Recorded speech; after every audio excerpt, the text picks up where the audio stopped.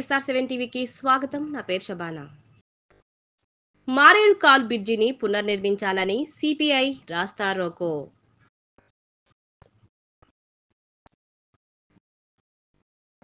తిరుపతి జిల్లా సత్యవేడ్ నియోజకవర్గంలోని వరదయ్యపాలెం మండలం గోవర్ధనపురం వద్ద ఉన్న మారేడు కాల్వ బ్రిడ్జి పునర్నిర్మించాలని, ప్రజల సౌకర్యార్థం యుద్ధ ప్రాతిపదికపై తాత్కాలిక మరమ్మతులు చేయాలని భారత కమ్యూనిస్టు పార్టీ సిపిఐ ఆధ్వర్యంలో బ్రిడ్జి వద్దనే రాస్తా రోకో చేయడం జరిగింది.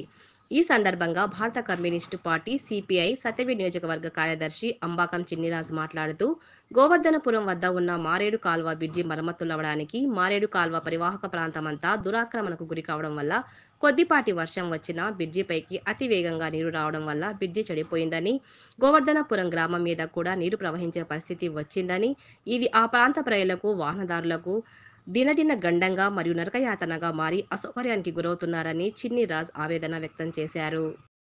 ఆర్ఎండ్బి అధికారులు బ్రిడ్జి పునర్నిర్మించడానికి చర్యలు తీసుకోవాలని, రెవెన్యూ అధికారులు మారేడు కాలువ పరివాహక ప్రాంతాన్ని సర్వే నిర్వహించి ఆక్రమిత భూములను కాలువకు వదిలిపెట్టే విధంగా చర్యలు తీసుకోవాలని చిన్నిరాజ్ డిమాండ్ చేశారు. ఈ కార్యక్రమంలో సిపిఐ సీనియర్ నాయకులు దొడ్డి సిద్ధులయ్య, పొన్నేరి బాలగురునాథం, సిపిఐ మండల కార్యదర్శి కతారి తరుణ్ కుమార్, ఏఐటియుసి నాయకులు మునిచంద్ర, ఏఐవైఎఫ్, ఏఐఎస్ఎఫ్ నాయకులు నాగార్జున, మురళి, ప్రజలు పెద్ద ఎత్తున పాల్గొన్నారు.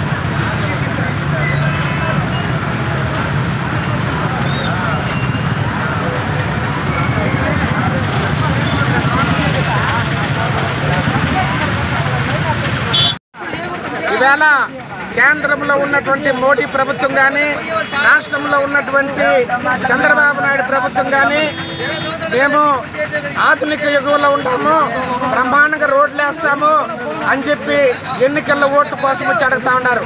కానీ ఇప్పటికి మనం చూస్తే ఈ రోడ్లు ఉన్నటువంటి బ్రిడ్జి వర్షం వస్తే ఒక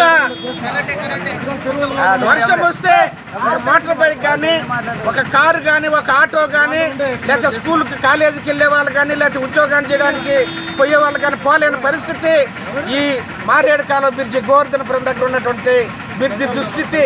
ఈవేళ మన ఎస్ఐ గారు ఉన్నారు, లేకపోతే ఇతర రాజకీయ పార్టీ నాయకులు ఉన్నారు, అత్యంటికలకి మా మోకాలకు ముడేసినట్టు ఆడ దువ్వం తీసుకొచ్చాడు పోసేసేది, వాళ్ళు వెళ్ళిపోయేది, ఫోటోలు తీసుకునేది, పేపర్లో వేసుకునేది. అంత తప్ప అది ఒక వాన వస్తే చాలా అంతా కరిగిపోయి మళ్ళీ గుంట్లు అయిపోతా ఉంది. మేము అది కాదు, ఈ బ్రిడ్జిలంతా కూడా ఆర్ఎండ్బి అధికారులు వెంటనే శాశ్వతంగా మరామత్తు చేయాలని చెప్పి డిమాండ్ చేస్తున్నాం. అలాగే వేళ కడూరు బ్రిడ్జి లక్షలాది రూపాయలు పెట్టి కట్టారు, దానికి నిర్వహణ లేదు, దాని మెయింటెనెన్స్ లేదు, మట్టి అంతా నిలిచిపోతా ఉంది, దానివల్ల నీళ్ళు నిలబడి ఆ సిమెంట్ అంతా కూడా పోతా ఉంది. ఇవన్నీ కూడా బ్రిడ్జీలు అన్న తర్వాత వాటిని నిర్వహణ చేయాలి.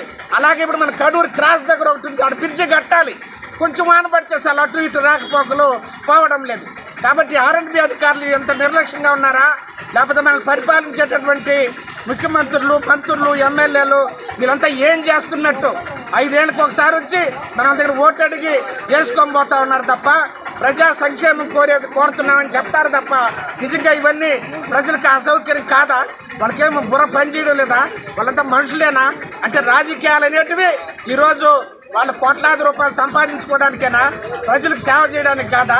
ఈ ఎమ్మెల్యేలు, మంత్రులు, ఈ అధికారులు వీళ్ళంతా కూడా అధికారులంతా కూడా ఏం చేస్తున్నారు?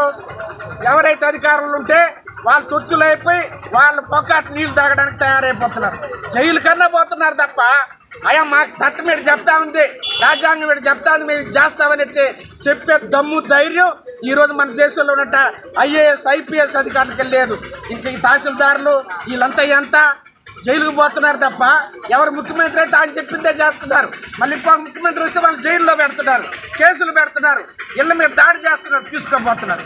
అంటే ఇదంతా ఈవేళ మన రాజ్యాంగం ఉన్నట్ట, నిజంగా మన పరిపాలనలో మనం ఉన్నట్ట, ఇంత పెద్ద భారతదేశంలో ప్రపంచానికి ఆదర్శంగా ఉన్నటువంటి మన భారతదేశాన్ని ఈ పద్ధతిలో చేస్తున్నారు. కాబట్టి ఈరోజు గ్రామీణ ప్రాంతం అంతా గాంధీ కలలు కన్న గ్రామీణ ప్రాంతం గ్రామాలంతా కూడా బాగుండాలి అని చెప్పి ఆ రోజు బ్రిటిష్ వాడికి వ్యతిరేకంగా కొట్లాడారు. కానీ స్వాతంత్రం తెచ్చుకొని ఇప్పుడు దాదాపు 80 ఏళ్ళు పైబడతా ఉంటే ఇప్పటి వరకు ఈ పద్ధతుల్లో పరిపాలిస్తున్నారు ఇప్పటివరకు వాళ్ళు. కాబట్టి దీన్ని మేము వ్యతిరేకిస్తున్నాం. కడూరు క్రాస్లో ఉన్నటువంటి అక్కడ బ్రిడ్జి కట్టాలి, కడూరు బ్రిడ్జిని మెయింటెనెన్స్ చేయాలి, దీన్ని కూడా వెంటనే మరామతులు చేయాలి. లేకపోతే పెద్ద ఎత్తున 24 గంటలు ఏమాత్రం ఇక్కడ రవాణా జరగకుండా రాస్తారోకో చేస్తాం, జనాలందరినీ సమీకరించుకోనని చెప్పి మేము భారత కమ్యూనిస్ట్ పార్టీ సిపిఐగా తెలియజేస్తాము.